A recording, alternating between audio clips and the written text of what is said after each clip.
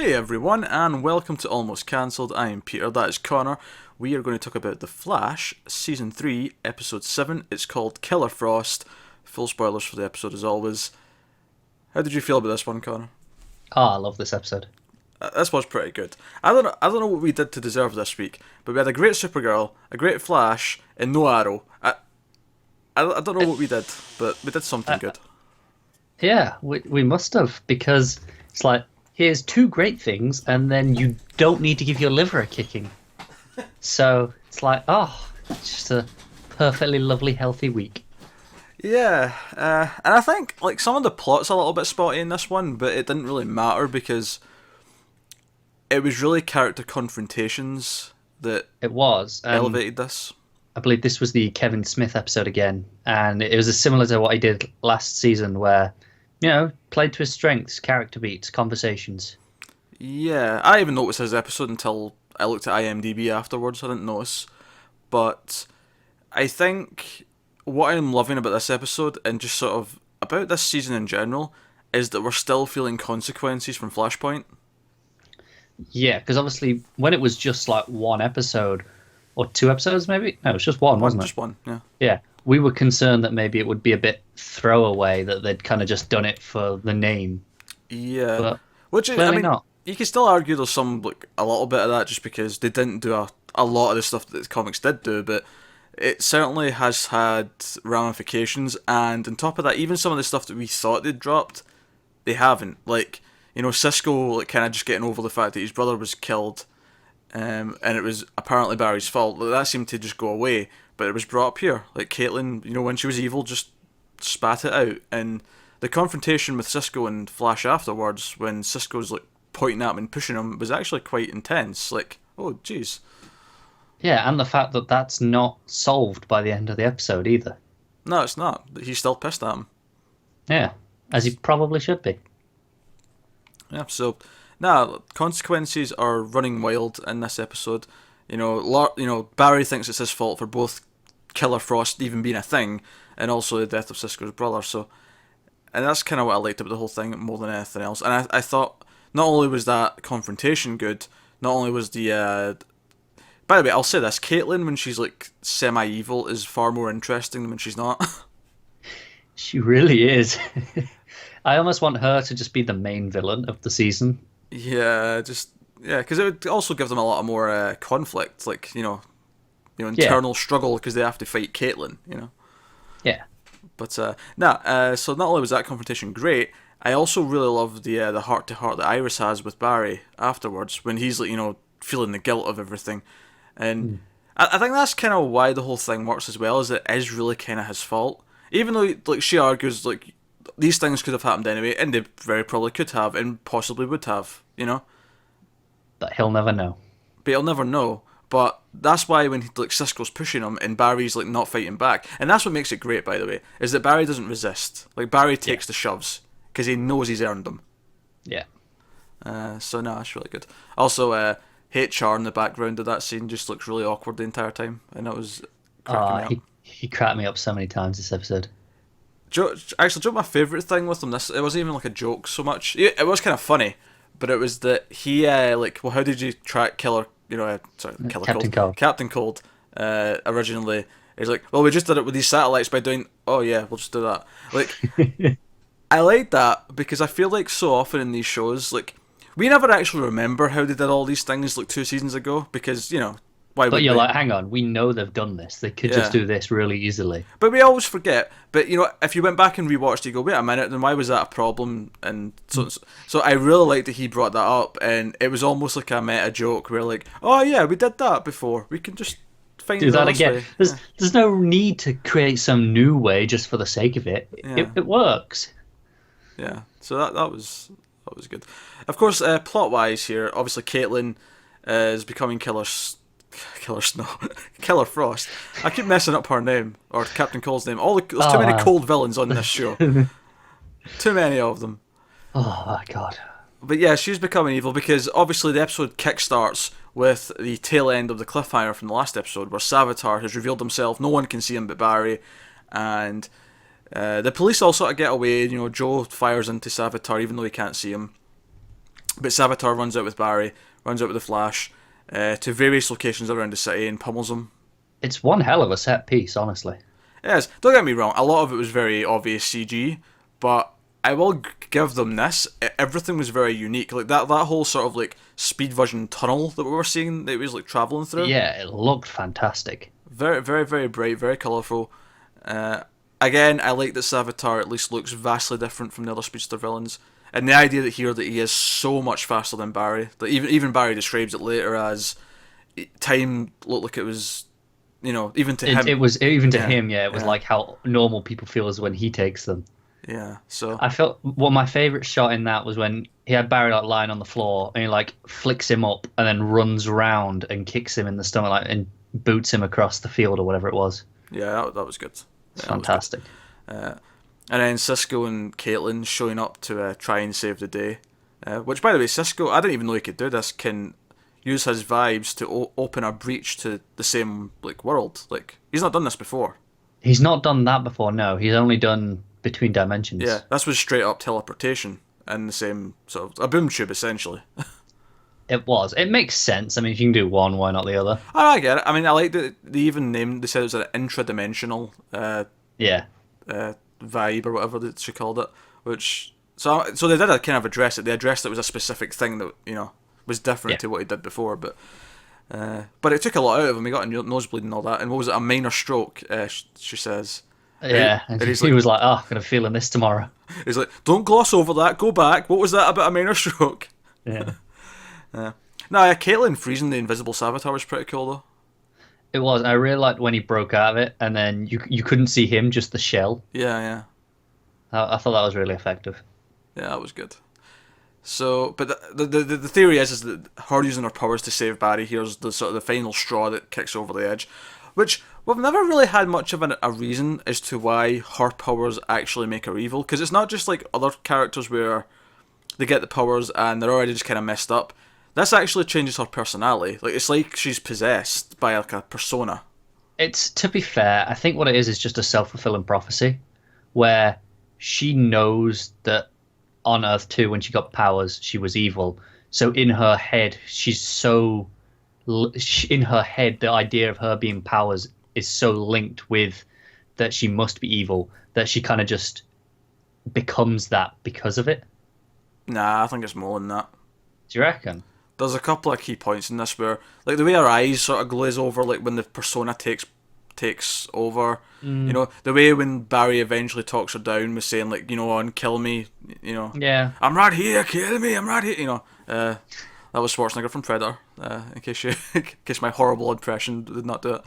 But, when he does that, which, by the way, I love that he defeats her with love, essentially. Like, you won't do this because you're not evil.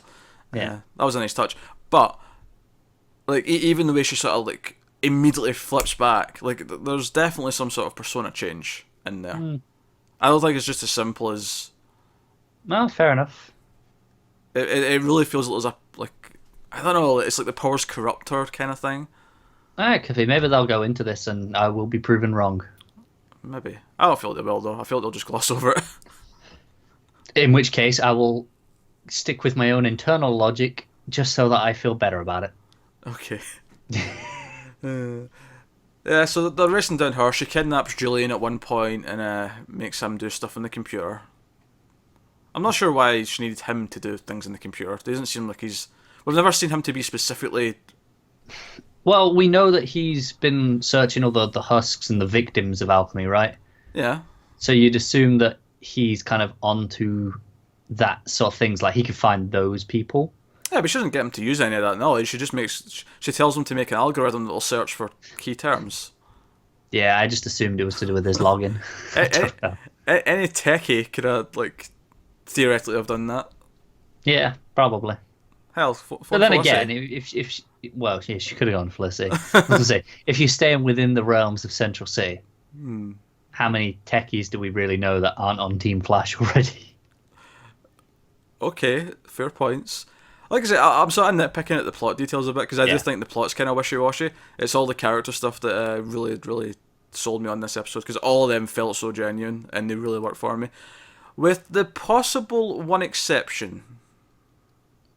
I feel like you might say Joe. Joe, yes. Yes.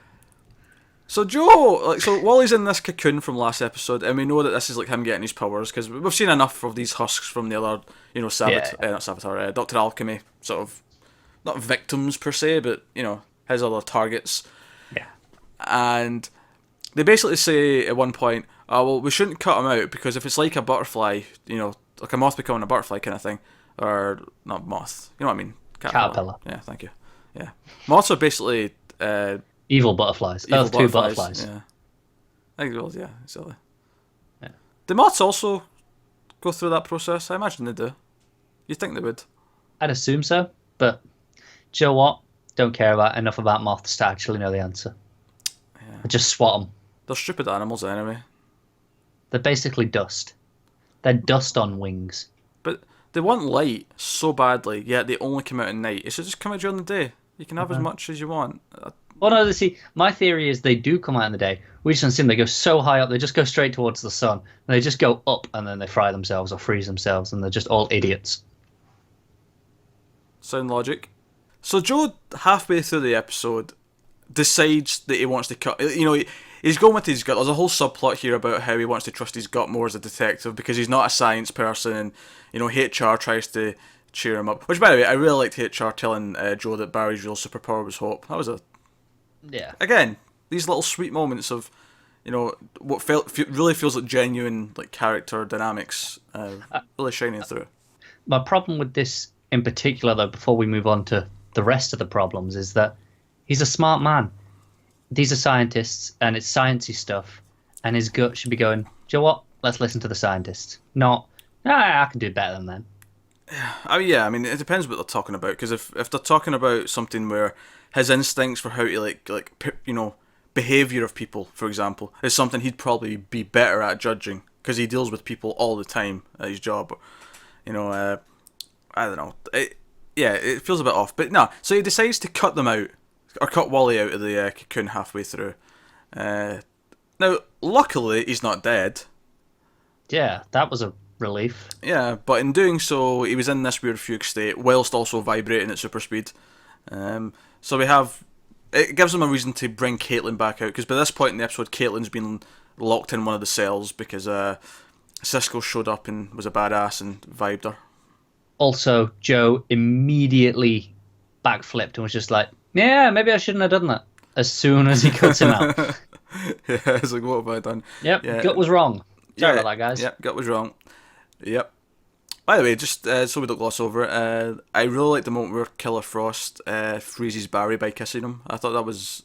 It was cool. Yeah, just the way his entire body looked cold. It made all of his skin go blue. It was... Yeah, and also on that bit, I like that even though Cisco was really pissed with him, he was still like, come on, you know what to do, just vibrate. Yeah. Nah, so that was all good stuff. But yeah, so Joe cuts him out, and Wally goes off, and because he was cut out early, he's in this weird state where he can't control his powers, and they have to inject him with something. Ultimately, it's just an excuse to have Caitlyn have to come out of the cell, and we get that scene where Barry's like, you're not going to kill me. The only way you're going to get past me is to kill me, Yeah. And she eventually puts the bracelets back on, and that's kind of where we are with Caitlyn by the end of the episode. So we've not solved Killer Frost yet.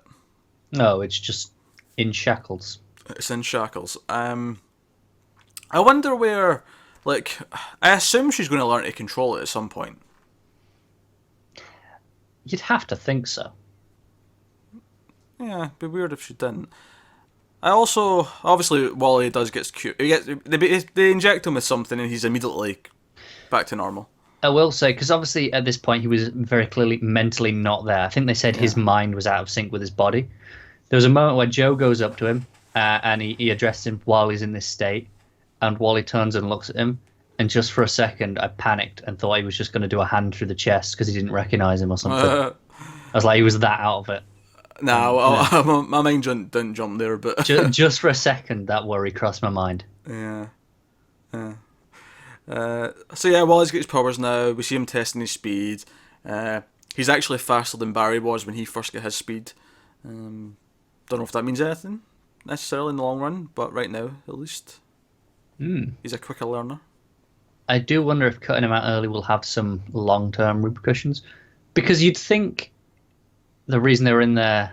I mean, okay, so we've seen the husks, right? They're like the shells of these people, but then they're still around. So I almost think maybe Alchemy is literally pulling them from Flashpoint into this timeline. So there's literally like it brings in the second version and then kills the original. Mm-hmm. Which begs the question: what is this, hybrid, or is this the Flashpoint Wally and just the other one didn't? What happened there? Like, we don't know. Well, he still has all his memories, so he's not completely replaced.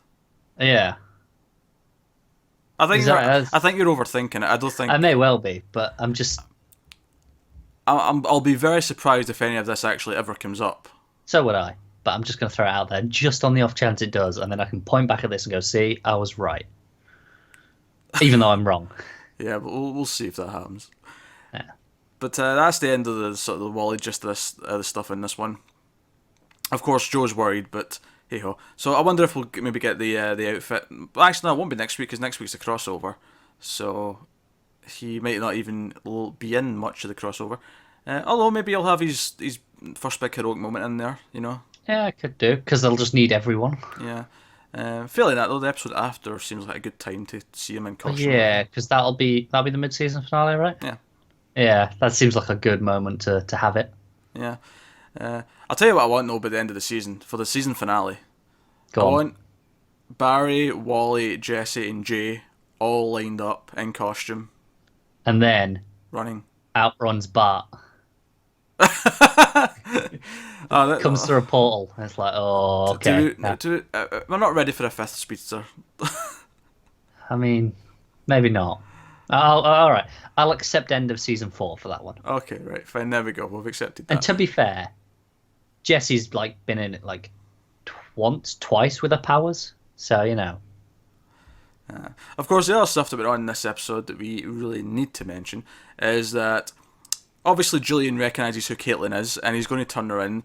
So Barry goes to see him and Julian basically says, "Look, I'll keep my mouth shut if you quit." And gives him this spiel about, oh, your moral compass is off, you're not fit to be a CSI, and so on. And Barry agrees, so Barry actually quits his job at the police. Do you know what the thing is? I completely agree with that speech. Because, sure, while we know that he hasn't got a dodgy moral compass, that we know like what's actually going on, from his perspective, he's like, you've just put your friendship above, you know, like the law for no real reason as far as he can see. So, you know, I get you, but I really disagree with the line, "You're not morally fit to be a CSI." The CSI is not the one solving the goddamn like, he's not the detective out there with a gun. He's not. I know, but I kind of agree with it still, because at this point the CSI is the one giving the evidence, right? If he goes, oh, you could just skew the evidence, not give them something that, you know, if you think. I suppose. I don't know. It sounded like a speech I expect to hear to a detective or to maybe like a doctor or something. Like, it just felt really weird, specifically aimed at a CSI. Yeah, but none of it felt as weird as him just calling him mate. That's something you don't hear very often in American TV. Yeah, a bit weird. And then, of course, we had a fantastic scene where he's packing up his stuff in his office. And again, great heart-to-heart with Joe and Iris, where he says that they're his superpower, or they're his life, I should say. I'm mixing up with the previous scene. They're his life. Again, very touching, and that's the stuff that made this episode. Because, like we say, we've nitpicked elements of the plot and things here or there that were kind of wonky. Yeah, but overall, it was very good. And like even in this last scene, you had Joe saying, "Oh, you always find another way to be a hero," which was, you know, great little moment. Yeah, but that leads, of course, to the post-credit scene, which revealed exactly what we've been saying was probably the case since the start of the season. But we kept saying, "Nah, it's too obvious. They can't do that. It's too obvious." I do like one thing about it, though. What's that? So all right, we'll see what is first, I suppose. All right, so Julian is Alchemy. Yes. Dun dun dun. Surprising absolutely no one. This is what I do like about it, though. He didn't seem like he was in it entirely by choice. he seemed absolutely terrified of Savitar. Yeah, as did his followers. They seem to be like they're all worshipping this god of speed. Yeah, but you usually think of worship as you choose to do that, you want to do that because you respect this higher power.